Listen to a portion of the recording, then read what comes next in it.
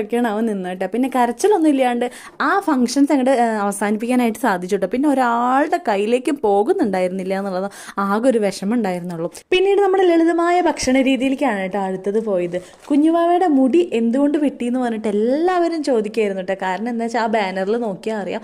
കാരണം അതിന് മുടി നല്ല ഭംഗിയുണ്ടായിരുന്നു നേരത്തെ. മുടി വെട്ടിയപ്പോൾ പിറന്നാളിൻ്റെ ദിവസം കാണാനായിട്ട് ഭയങ്കരമായിട്ട് വ്യത്യാസം, ഫേസ് നല്ല ചേഞ്ചായി എന്ന് പറഞ്ഞിട്ട് എല്ലാവർക്കും വിഷമമായിരുന്നു. പിന്നെ നമ്മുടെ കുഞ്ഞുമക്കൾ എല്ലാവരും കൂടെ സ്റ്റേജിൽ തകർത്താടിട്ടോ. ശിവക്കുട്ടി 1 മണിക്കൂറോളം കളിച്ചു. കാരണം എന്താ വെച്ചാൽ അവൾക്ക് എന്താണെന്നറിയില്ല, വല്ലാത്തൊരു എനർജി ആയിരുന്നു കേട്ടോ. എല്ലാവരും പോയിട്ട് സ്റ്റേജ് അങ്ങോട്ട് ഒഴിഞ്ഞ് പാട്ടൊക്കെ കിട്ടിയപ്പോൾ വല്ലാത്തൊരു എനർജി ആയിരുന്നു.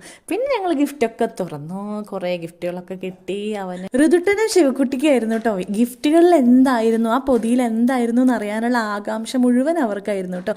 ഇതുപോലുള്ള കുഞ്ഞു വീഡിയോസായിട്ട് വീണ്ടും വരാം. ഇതുവരെ ചാനൽ സബ്സ്ക്രൈബ് ചെയ്യാത്തവരാണെങ്കിൽ സബ്സ്ക്രൈബ് ചെയ്ത് കൂടെ നിൽക്കുമെന്ന് പ്രതീക്ഷിക്കുന്നു. അപ്പോൾ